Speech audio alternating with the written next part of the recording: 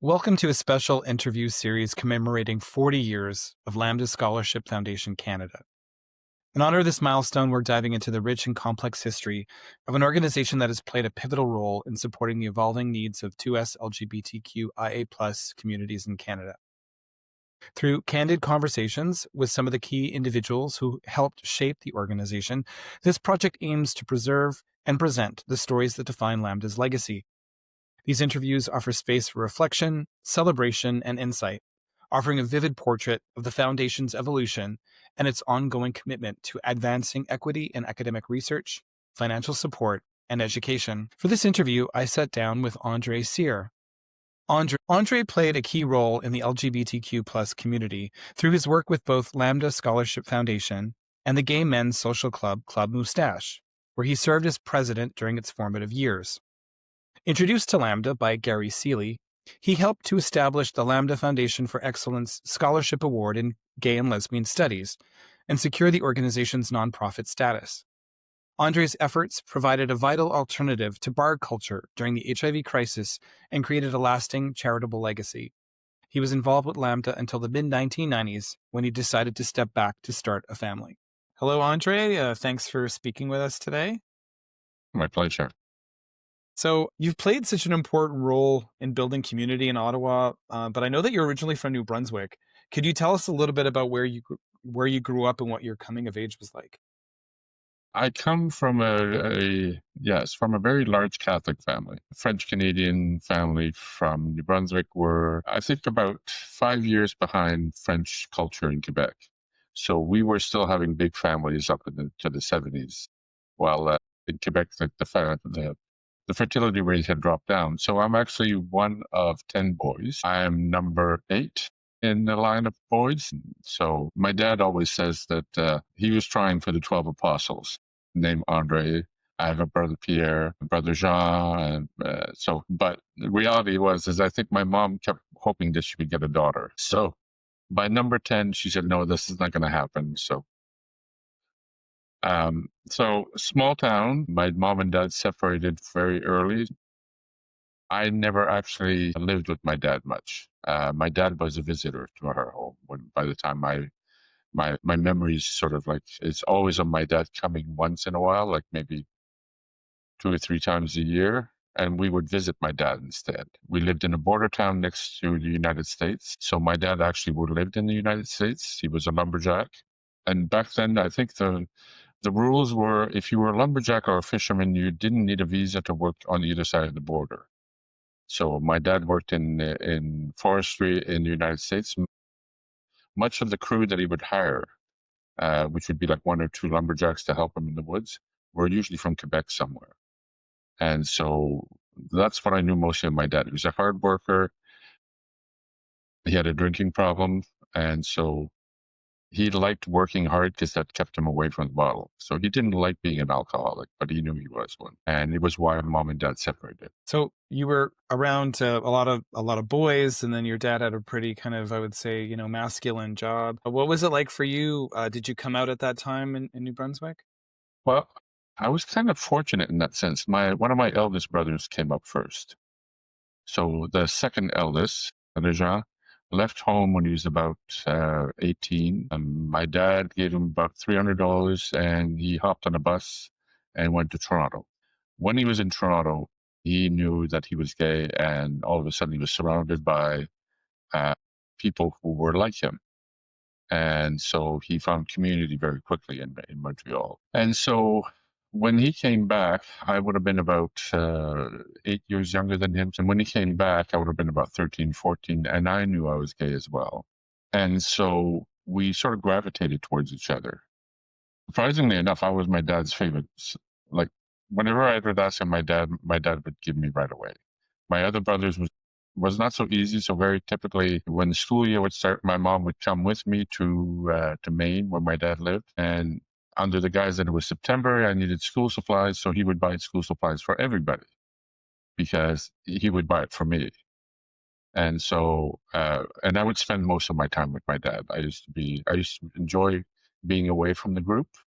So being with my dad meant that I had the place to myself. My dad would be going away to work, and I would have the place to myself over the summer.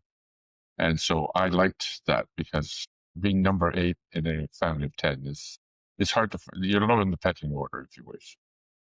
But yeah, so when my brother came out, I came out as well because there was kind of solidarity there. He came out to my mom when he was about 23, 24, and I was 15.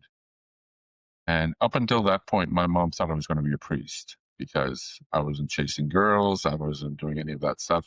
And in a family of 10 boys, there was an expectation that at least one of us would be a priest, that would have the calling. And they always thought that it was going to be me.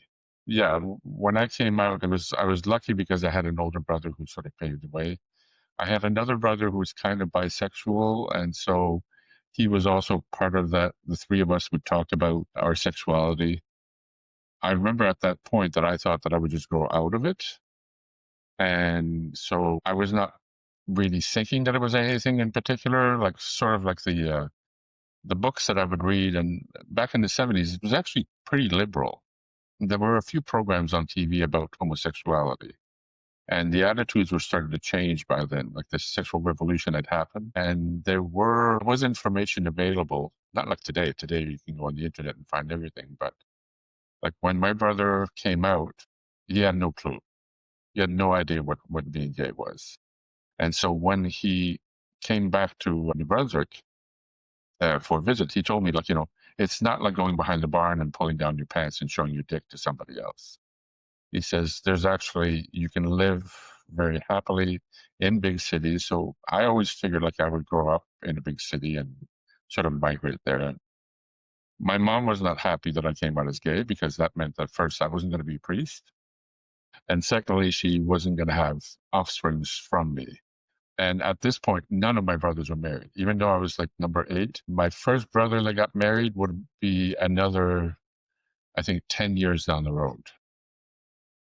But yeah, I was fortunate in that sense. Like to me, it was an easy transition. At 16, I went to Montreal with my brother because by that point, my brother moved to Montreal and spent my first summer going to my first gay bars and kissing my first guy on the street, like, not hiding somewhere. Like you could actually do that in Montreal. So I understand that you also bore witness to some really important historical events in Montreal when you were there.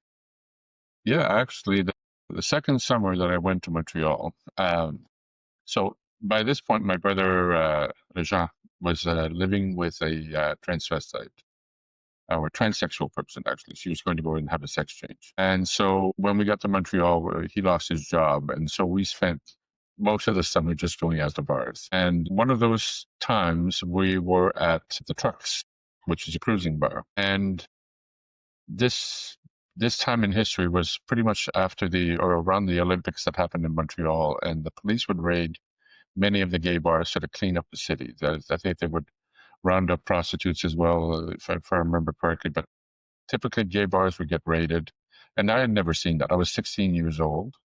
I shouldn't have been in a gay bar to begin with, but I looked older than my age. I already had a mustache, but we were in this gay bar, and then all of a sudden, I see this guy in a suit, and I talked to my brother, and I said, "I think that guy has a machine gun." And my brother froze, and he goes, "Shit, it's a raid." And just as we're about to dash towards the door, the lights come up. There's a whole bunch of policemen all over the place, and they were raiding the place. And everybody had to line up against the back wall, and they would come and ask for your papers or identification, and they would take down all your information. And of course, I had no papers.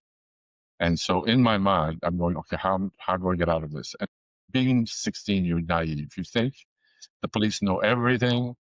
So in my mind, I'm going, okay, I'm going to pretend to be one of my older brothers, the bisexual one. And I thought, okay, I know his date of birth. I know his middle name. I know everything, so I can fake my way through it.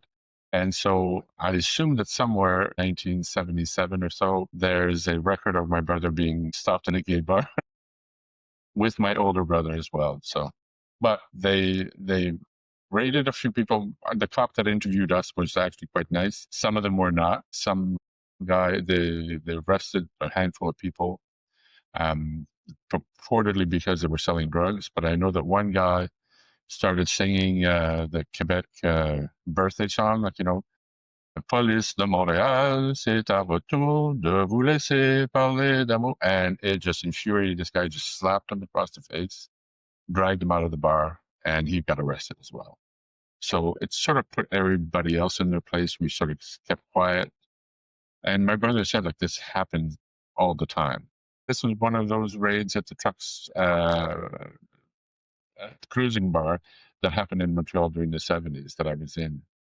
And, I was lucky that nothing happened to me. Like, I was 16 years old, like I said, and I legitimately, had no business being there. But it was still also an awakening because despite the fact that Montreal was a very open space, I mean, I remember in the 70s, you could kiss men on the street, gay people walked up and down. Back then, there was no gay village, but it used to be more uptown.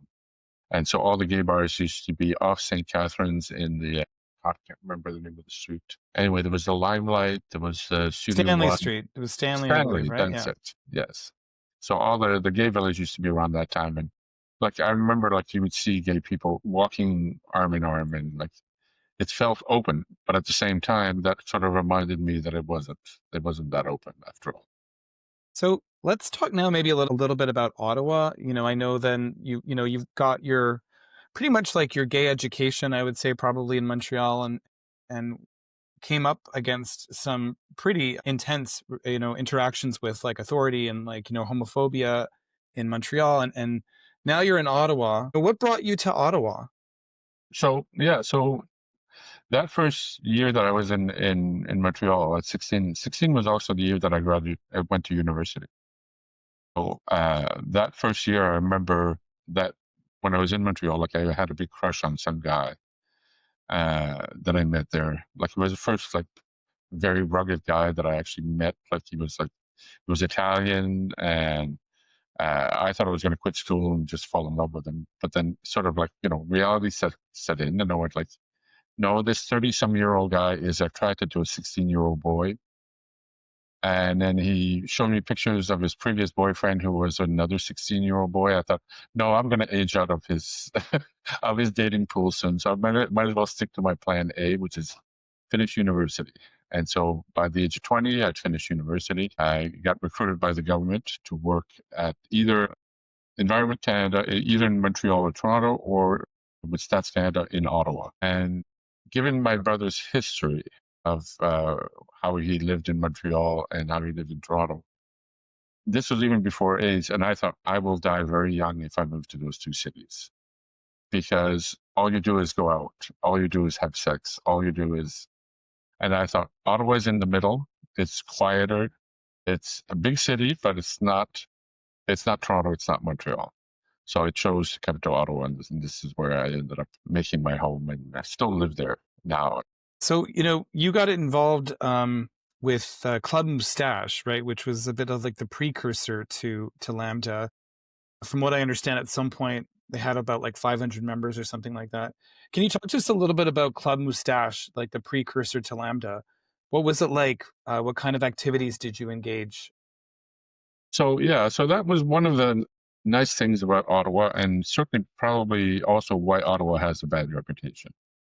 Ottawa doesn't have many gay bars, and if it does, they're usually quite subdued. There's no real gay village because people buy houses, they live in the suburbs, and they live all over the city. So there's not really an enclave where all the gay people sort of congregate. There's also the duality of having a Ottawa, Ontario part and a Gatineau, or back then Hull part. And so when I went there, half of the bars were in the Ottawa side and half of the bars were in the Hull side. And the Hull side were the fun bars because they could stay open till 3 o'clock in the morning. So it arced more to that sentiment of what happened in Montreal. But over the years, Ottawa sort of like changed their closing time so that the bars, because all the fights would happen in Hull, because you were drunk by the time you went to Hull, and Hull was not a big city. Like Ottawa, and they would say, like, it's not fair that we're paying all these police services when all these Ottawa people come over drunk and finish their nights. The bars liked it because the bars were full, but this municipality didn't like it so much. So anyway, over time, all the bars in Hull like closed, and so even at that time when Club Moustache opened up, we were starting to get also the first effects of HIV and AIDS. And so that changed a little bit the dynamic on how you met people. So this is why I'm saying like it was an interesting, why Ottawa is a nice city, is that one of the outlets that we did have was these organized sports that were starting to take place. The original group that made Club Moustache. Now, Club Moustache is an evolution of just a small group of men who used to play soccer in the summer and in the winter play volleyball. Um, Everybody had a mustache or a beard in this group of the guys. It was a little bit incestuous. I mean, yes, everybody kind of dated everybody in that group. And every time somebody would have a new partner, they'd come along. And it became a different outlet. I was invited to come in and join them to play volleyball in the wintertime. I never played volleyball, but that's one of the beauty of volleyball is like all you need is a ball and a net, and skills come after because you don't need specialized equipment. You don't need you just need to learn the rules and then learn to play. So once this started and it became a word of mouth thing, I remember in the summer we're still playing volleyball because the soccer group sort of like faded away. And we were playing behind a community center on tennis courts that we would set up volleyball nets. And all of a sudden, instead of having 20 or 30 people, we were getting 40 and 50 people. And then one of the guys decided that we should incorporate, like we should make a group, but we should make it official. Because there was all this question of liability and there was all this question of who's in charge of this group, first of all. So Club Moustache was born at that time. And many of the people who started the Lambda Foundation were part of this group that started Club Moustache. There was already a Lambda business group that also was kind of involved in this because after that we started playing tournaments. Like we found out New York had tournaments, Toronto had tournaments, Montreal had tournaments. And so we would look for sponsorship to be able to go to these tournaments. But Club Moustache itself then became a group, not-for-profit group. And so and because Ottawa is a very affluent city, so many of the people that live in Ottawa work for the government. So many of them are lawyers. Some of them are they also have good jobs, so they had money to travel. And so it took off very quickly. And Club Moustache went from just being volleyball, and we went from having those 20 or 30 people to now having 100 and so people playing volleyball. So we needed multiple schools in order to play, and especially recreational volleyball. And I became the first elected president of Club Moustache, kind of by default, because there were two factions. There were the people who wanted Club Moustache to be big, and there was the original group that says, no, Club Moustache is a group of friends. And so the person who was promoting, we should make it as big as possible, get more and more people. And the people going, no, we just want it to be friends, sort of clashed. And I came sort of somewhere in the middle, and somebody says, well, Run, you seem to be you fit in both groups. And so I ended up being elected the first president, even though I was only about 25 years old at the time. Knew nothing about organized sports or anything. But with the help of all these people, this network of people, we had badminton, we had curling, we had taekwondo, we had line dancing, square dancing. The Rito Speedos that still exists today started with Club Moustache. The current GOV, which is the Gay Ottawa Volleyball League, originated from Club Moustache. Time Out, which is a hiking group here in Ottawa, that became the new name of Club Moustache actually after it started to I wouldn't say implode, but like many of the groups the Speedos pulled away from Club Moustache in order to have more autonomy. When I was 25 years old, I could do a whole bunch of stuff every day, every week. I wasn't married. I didn't have kids. I didn't have anything else to do with my time. So I participated in all these sports. But it became impossible for any new president to be able to hold all those strings together. So they just basically sort of feathered away. I mean, one of the groups that we had was Stitch and Bitch, which was people who do needle points and stitching and would meet for dessert every week. But we had a theater, people who went to movies and hiking groups. And so it was a fun time. And it was a great time. And that lasted till the end of the 80s for me, till I got married and then adopted a kid. And that changed my life a lot.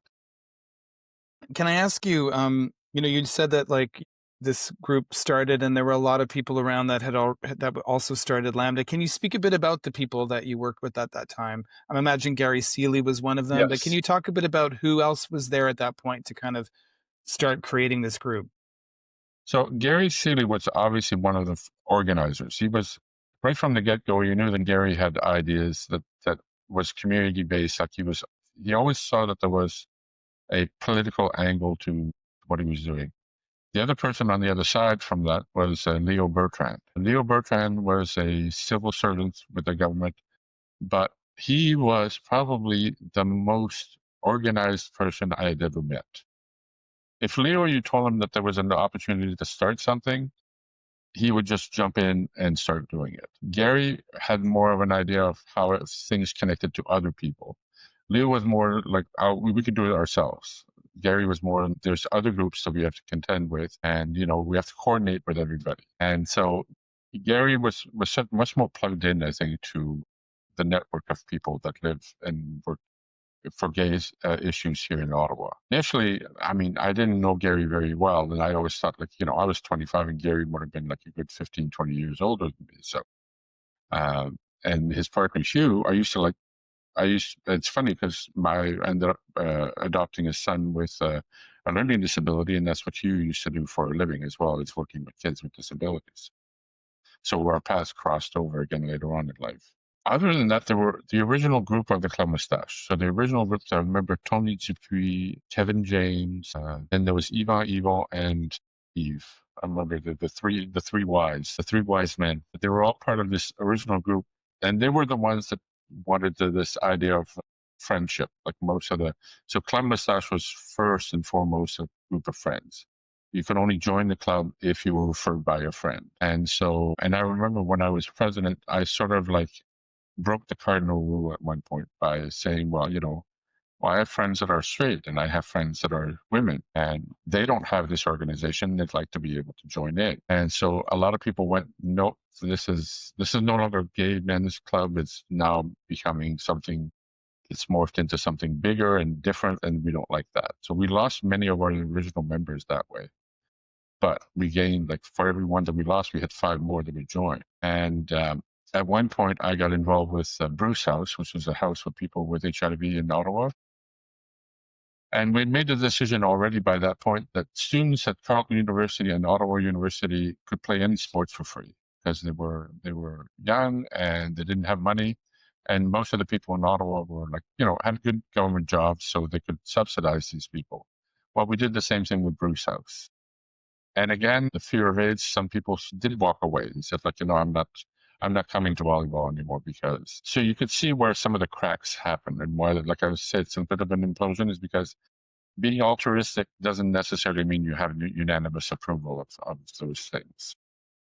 At some point, then there was a transition, right? Like, I guess a lot of it was around this change too of bringing in other people. You said at the same time too, there was this more of a business association that existed. Can you speak a bit about like how Club Moustache turned into Lambda, and then what were those days like in which when it became kind of something new?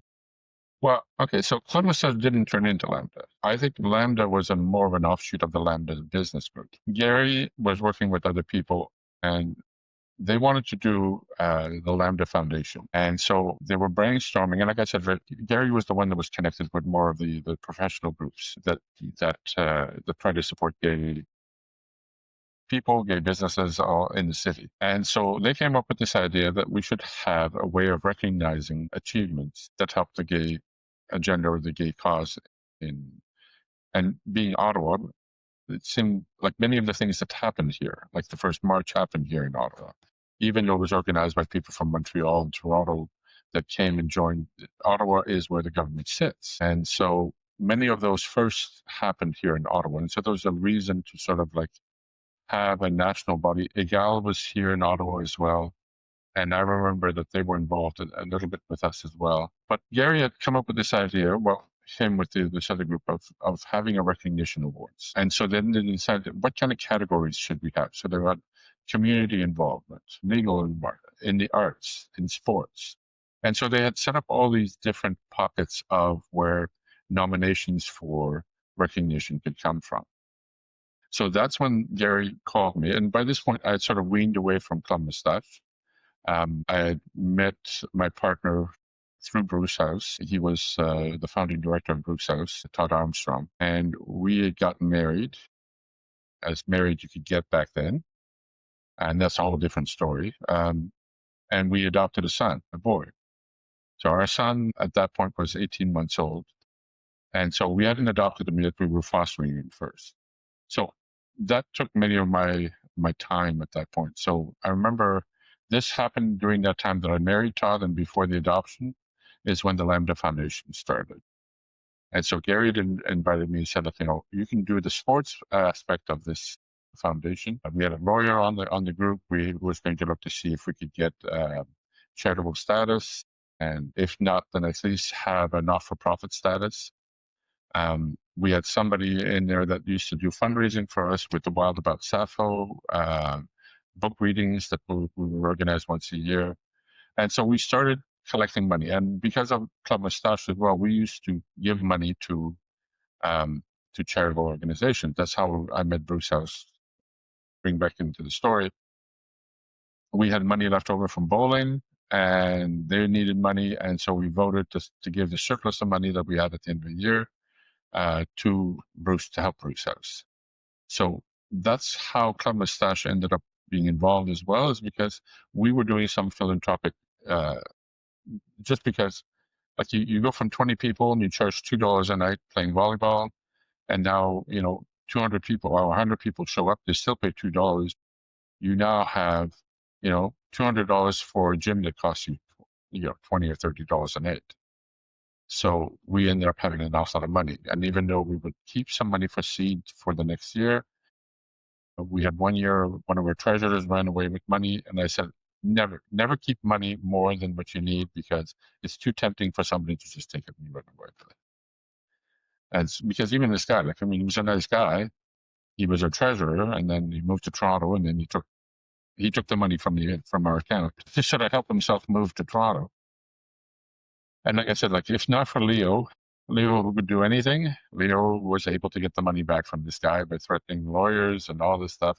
He was like my right hand man. Like, he could do anything. This man, he would just say, "Well, give it to me. I'll take care of it." And he was just one of those persons. Unfortunately, Leo and Gary never got along. It's too bad, because if they did, I think an awful lot of things would have happened. Lambda, then, you've mentioned the types of awards that they would give. Now Lambda has kind of pivoted to like scholarships, especially for a number of years now. Can you speak a bit about that? What made Lambda decide to pivot to scholarships? Yes. Well, we would have our monthly meetings at Whittecomb's, an antique shop on Bank Street here in Ottawa. And every month we would have a progress meeting about how our efforts were going along, trying to get the charitable status first, not-for-profit secondly. But we wanted to be able to raise money and do this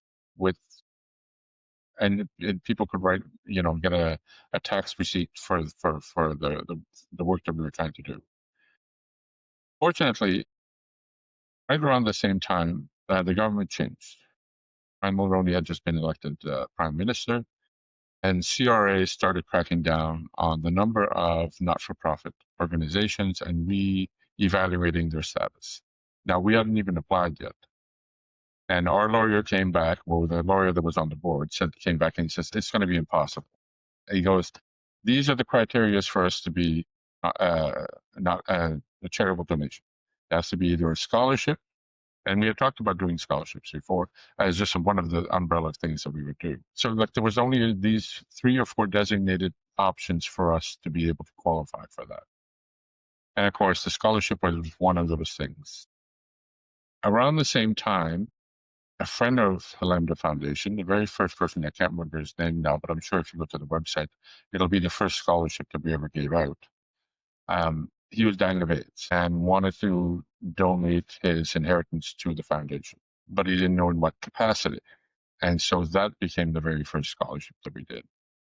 Up until that point, much of the fundraising had been either through like initially when I was on Club Moustache, we get money from Club Moustache, but most of it was from the Wild About Sappho evenings that one of our members organized. And so at that point, it became clear that all these other options were going to be on the back burner, that we were going to have to focus on the thing that would give us at least legitimacy and also the ability to get our name out there. So the scholarship became the focus of the awards, if you wish. So instead of giving it to individuals, we're now looking at giving scholarships to students who are going to do queer studies. And the very first scholarship that we had was one of his former member who then died of AIDS and willed his inheritance to the foundation. So that's how that started. And a number of people followed suit and did the same thing as well. We tried many times to go back to the idea of having the foundation being wider. There was at one point Capital Extra, which was a branch of the Extra magazine that's from Toronto, and it was Extra West in Vancouver, and it was Capital Extra in Ottawa. And they started doing recognition awards. And so they picked up on that idea and they started doing it as well, taking the very same categories that we had done for the Lambda Foundation, one for sports, one for activism, one for community, one for HIV. So like they basically copied the model that we had for Lambda. And so there was less of a need. So then it became, okay, well, somebody else is doing that. We don't need to do that.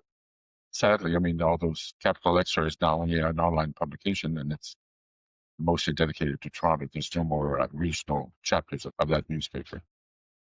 But yeah, that's how it started. I mean, it started out of necessity and the change and just how the government changed, right? So the government changed and all of a sudden, many of these doors were closing for us of all the stuff that we wanted to do.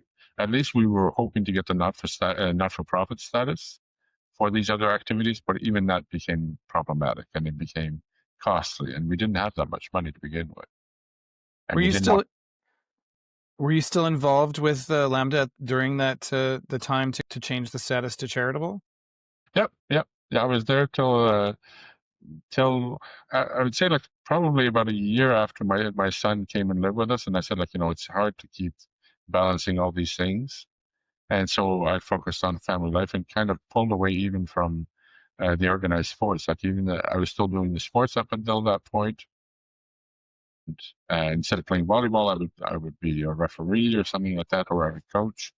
And hired a coach. We had teams that during those years we had teams in the city league. So we had one gay team in the city league. We won our division one year, and I remember there was a policeman's volleyball team as well, and we changed our name to O-Men, Ottawa Men. So it was also for any comic book geek of X-Men became Ottawa Men's O-Men. And I remember that some of the cops used to refer to us as the women instead of the O-Men.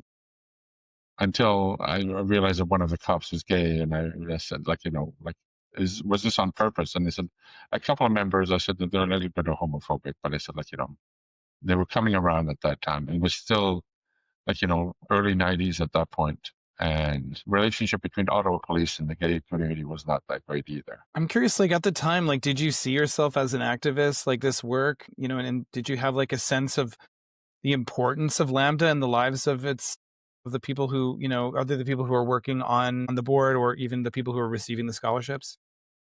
Only later on, to be honest, like at the time, it just seemed like the right thing to do. Like we didn't see it. Well, strangely enough, most of us were like in our own little bubble in Ottawa. Thinking, oh, this is a community thing. We're not looking really that it was going to be a national thing. Till I talked to some of the people from EGAL, and that EGAL made me realize that, yeah, whatever we do here touches an awful lot more because it becomes a storyline or a precedent for somebody else. When my partner and I decided to adopt our kid after his mom passed away, so his mom passed away when he was about 4, and so she wanted us to. But up until that point, we had been fostering him. So we fostered him for 2 years, and then she got sick, and she asked us if we would adopt when she passed away. She was also the first Inuit woman to have HIV. This is how we ended up being the foster parents. Kids from families with HIV, once they were put in the foster care system, many of the foster families would not take them because they didn't know what to do with a child who might be HIV positive. So my son, Aula, was born from the first Inuit woman with HIV. They found out she was HIV while she was still breastfeeding. So they assumed that she was HIV when she gave birth. And so they assumed at some point that the child, back then, we're talking 1987, they would assume that the child would turn seroconvert at some point. Later on, we found out that the umbilical cord actually filters out the virus, and that most children born with HIV get it through birth trauma and not through the mother's blood core, a core blood coming through the umbilical cord. So my son never ended up being HIV positive, but very few, no foster care families would take them. So they would often be misplaced. So my partner and I had registered to be foster parents. It was actually a very positive experience. So skip forward to when the adoption of my son happened. We decided to do it as a gay couple, even though it had not been tested yet. And this is because of some of the people that I met through the Lambda Foundation that talked to us about the legal positions. We would often talk about what are the implications to gay people about all these things that are unknown to us, because we don't talk about them. We didn't talk about adoptions back then. We didn't talk about, I mean, there were some lesbians who had children from a previous relationship. And one couple ended up using our case to pursue their case where the partner wanted to be on the birth certificate of her girlfriend's child. So she wanted to adopt her girlfriend's child. But up until that point, birth certificates are limited to two parents, one of each gender. So when we adopted, the same issue came up. So I remember going to court, and the judge was there, and he goes, Mr. Cyr has no standing in these proceedings. And so I was there with my partner. So my partner was the one that officially adopted my son. Only one of us could be on the adoption paper. And so my lawyer sort of like ushered me afterwards. She goes, you know that he did that to set a precedent. And I said, why? She goes, only immediate family are allowed in the courtroom for adoption. By recognizing and reading your name for the record, that meant he recognized that you were immediate family. That made me realize that, when these two lesbians used our case afterwards to justify that they were a family, they could use that. And so that happened about 2 or 3 years after adoption. So the adoption happened. The judge said, I'm not changing the name of the child to include the family name, because ultimately you can do that anytime. It doesn't have to be done today. Proceeding went fairly quickly. We'd already done everything. We had tracked down his natural father, and he had been disqualified. Gone through a whole bunch of assessment with family social services. And so when we went to court, it was decided that the judge granted us the adoption. But it did make me think at that point, like, everything that everybody does is a building block to something else. It becomes important to be able to have a strong structure of what people can use when especially when the laws are against you. We had the same issue a few years later when same-sex marriages came about. My partner ended up speaking to a Senate committee. At this point, like, we were involved with Egal more, because once the adoption happened, for some reason, the press knew about it. So they called us. We ended up doing like a couple of morning shows, like Canada AM, talking about the adoption. We were on the Shirley Show. I don't know if you remember Shirley Solomon from the 90s. So we did an episode on gay adoption on the Shirley Show. But it was only years later than the issue of gay marriage came up. I remember my partner talking to the Senate committee. And back then, it wasn't the Conservative Party, it was the Reform Party that was the opposition. And they were, of course, very, very anti-gay marriage and stuff like that. So, when my partner went, he said, like, well, we're willing to give up some of the special privileges that we have as gay people that straight people don't have.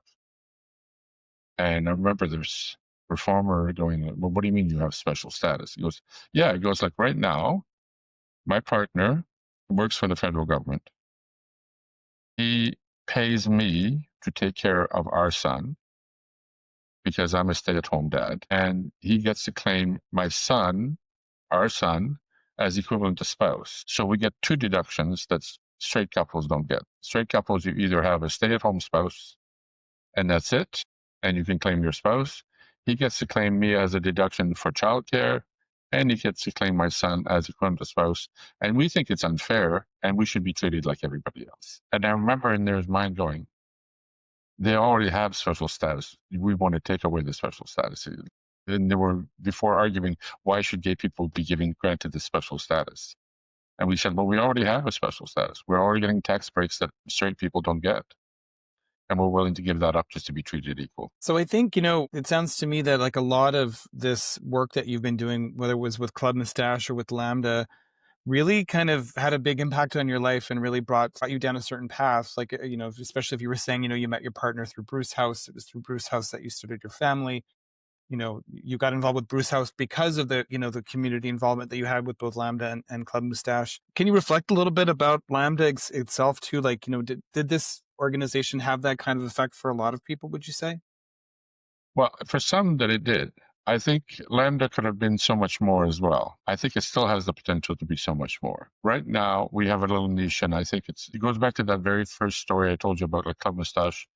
The group that wanted to make this as big as possible, and the group that wanted to keep it as amongst friends. I find sometimes that Lambda Foundation is still in that mode of we have a very hard shell cocoon about what we do, and we do it very well, and it's hard to get out of that little shell.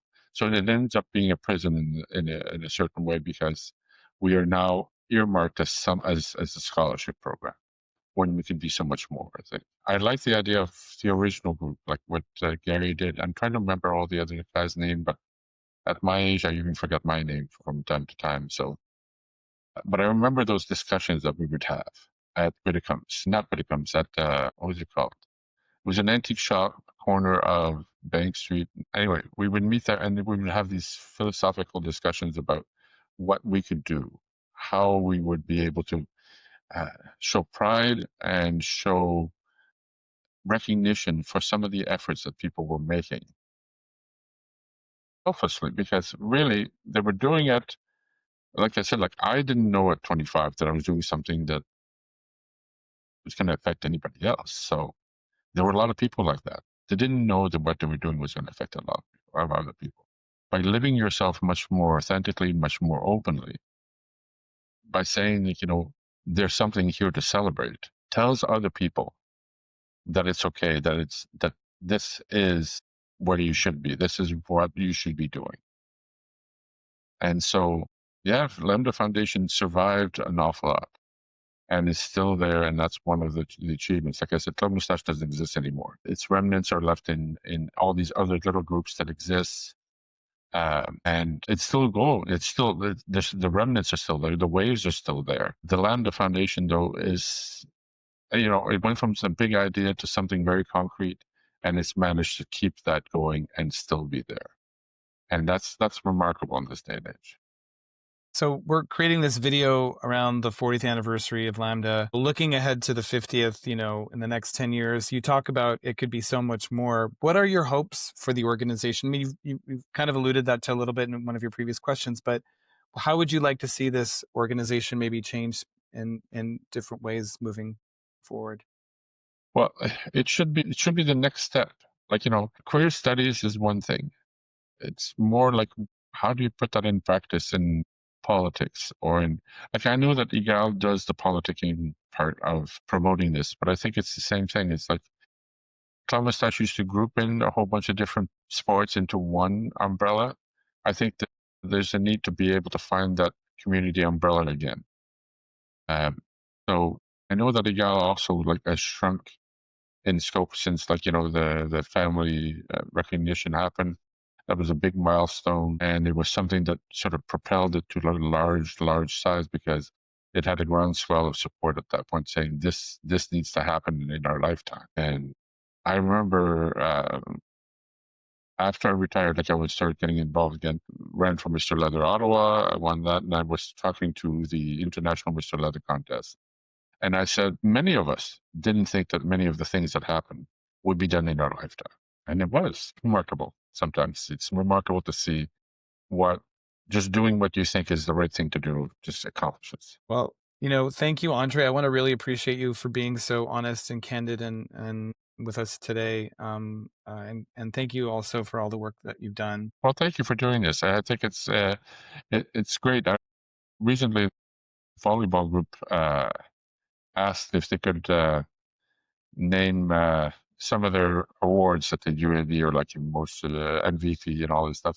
So there's an award named after Gary, and an award named after me, and an award named after Paul Sarita. So we were like the three musketeers at the beginning of Club Moustache, and they said like they know that they recognize that volleyball in Ottawa wouldn't be what it was without Club Moustache. And I think the same thing can be said about the Lambda Foundation. An awful lot of things would not be what they are. Like I remember Nicole Laviolette when we started doing the Olympics, the gay games.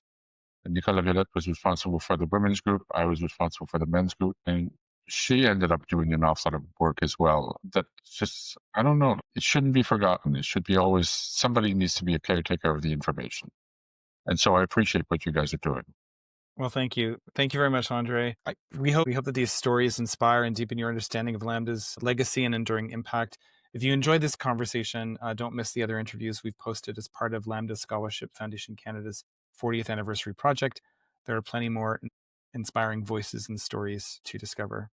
Thank you.